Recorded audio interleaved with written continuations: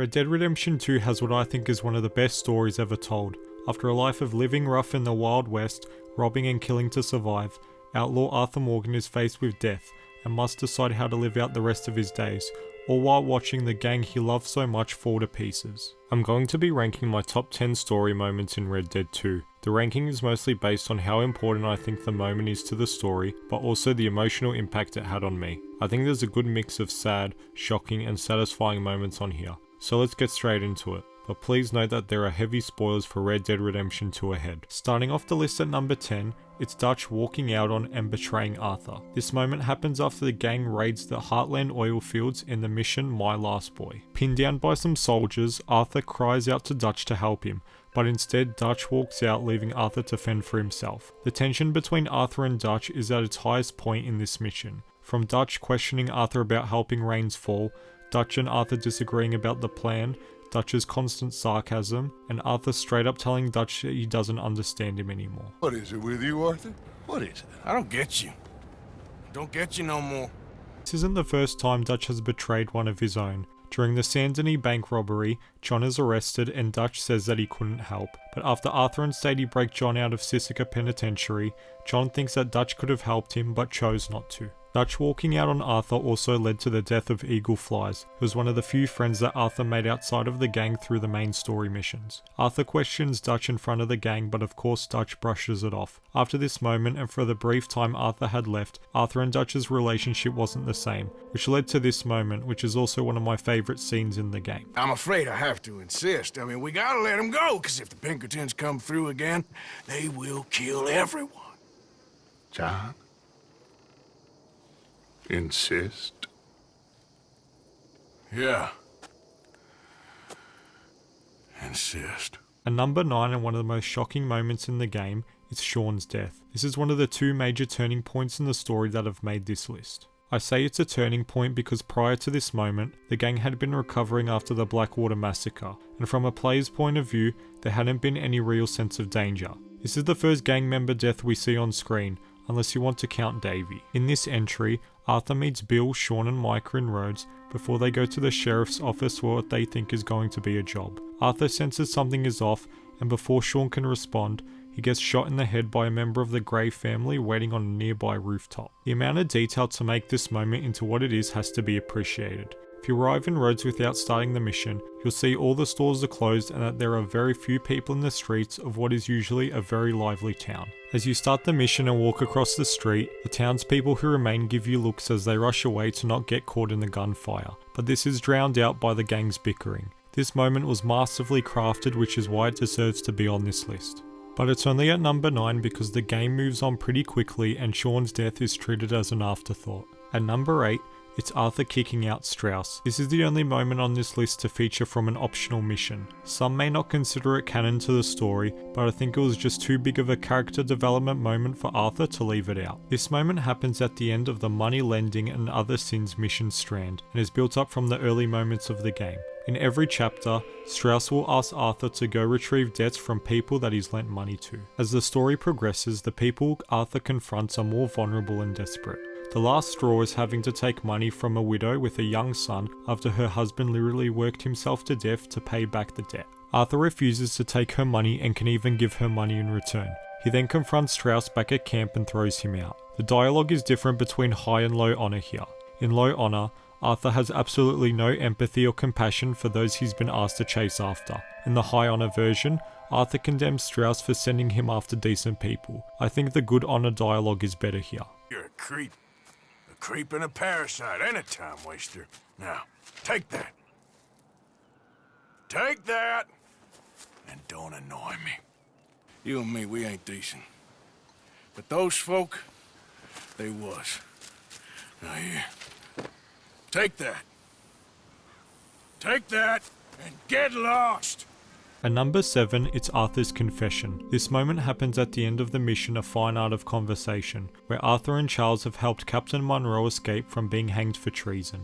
The conversation that follows will play out one of 3 ways, depending on your honour and the missions you've completed. If you've completed the optional mission of Men and Angels and have high honour, Arthur will speak to Sister Calderon, and if you haven't completed of Men and Angels, Arthur will speak to Reverend Swanson, but the dialogue will be different based on your honour. The Sister Calderon version is my favourite because it has what I consider to be some of the best quotes in the game. I guess I'm afraid. There is nothing to be afraid of, Mr. Morgan. Take a gamble that love exists and do a loving act. The conversations with the Reverend are great too, and the subtle differences in the Reverend's behaviour depending on Arthur's honour. In high honour, the Reverend will reassure Arthur that he's doing the right thing, and he'll begin to cry after boarding the train. In low honour, the Reverend is more nervous, and he'll tell Arthur to keep fighting and living life his way for the time he has left, while Arthur confesses he's nothing more than a killer and a crazy man. All the versions of this interaction help Arthur to get some things off his chest and come to terms with his impending death, while also helping him to focus on what's most important to him. This moment is one of the best conversations in the game, and that's why it deserves a spot on this list. At number 6, it's the Saint Denis bank robbery, which is the other big turning point in the game's story. At the end of chapter 4, the gang is ready to rob the Saint Denis bank and leave America behind for good. With a well thought out plan, things seem to be going smoothly, but much like the Blackwater ferry job, the Pinkertons jump the gang and gunfire echoes through the streets of Saint Denis. Two of the gang's most beloved members, Hosea and Lenny, are murdered, while John is arrested. The gang manage to escape over the rooftops of Saint Denis and hide out until nightfall, before jumping on a boat to escape all the commotion. The gang starts to truly fall apart from this moment after losing two integral members, and for the first time since escaping to the mountains after the Blackwater ferry, it feels like the gang has its back against the wall in their fight for survival. At number 5, it's John killing Micah. This moment happens at the end of the epilogue and during the final mission of the game. The build up to this moment is just epic, with John ripping through Micah's whole camp with American venom blasting in the background. John looks to be in trouble for a moment, with Micah using an injured Sadie as a human shield and Dutch making a surprise appearance.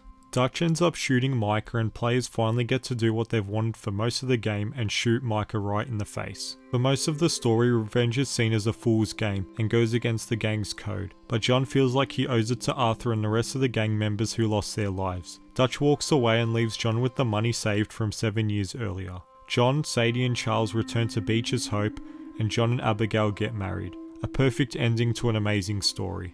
At number 4, it's the gang rat revealed. This entry is made up of two moments. Both are so tense and give me chills every time I play the game. The first part comes at the very end of chapter 5 when Molly O'Shea stumbles back into camp and reveals in front of everyone that she ratted out Dutch to the Pinkertons and told them about the Saint Denis bank robbery. Now I've got God's ear. You told who what? Mr. Milton and Mr. Ross about the bank robbery, and I wanted them to kill you. You did what?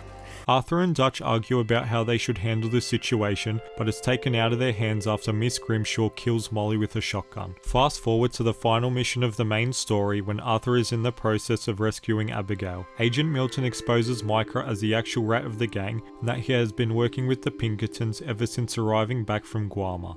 This reveal does make sense when looking at Micah's behaviour across the game, but especially chapter 6. Micah is one of the newest members of the gang and has only been with them for 6 months. He's selfish and doesn't feel any emotional attachment to the gang or any of its members. When he was found by the Pinkertons, it's likely that his two choices were to either feed them information about the gang or be hanged. While Micah is a loose cannon throughout the whole story, his behaviour becomes especially suspicious in chapter 6. He becomes adamant that there's a rat in the gang and will constantly and aggressively question Arthur on if he was followed. Micah reckons there's a rat.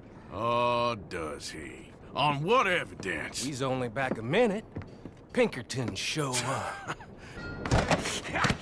Was you followed? No. Was you followed? I said no. Okay. At number 3, it's Arthur's diagnosis, which happens towards the end of chapter 5. Right before the hot air balloon mission, Arthur begins violently coughing to the point he falls off his horse and collapses. He's helped to a nearby doctor's office by a stranger, and he's told he has tuberculosis, which he contracted while beating down Thomas Downs for his loan repayment in chapter 2. We feel the pain, confusion and fear on Arthur's face as the doctor delivers the news, made worse by Arthur's profuse sweating, pale skin and bloodshot eyes. When leaving the doctor's office, Arthur will hear quotes from certain characters based on his honour, and will see the animal that represents him, either a deer or a wolf. And you've as good as killed him yourself. turned into a bunch of killers, I mean it. You have it in you, I can tell. He didn't have a choice.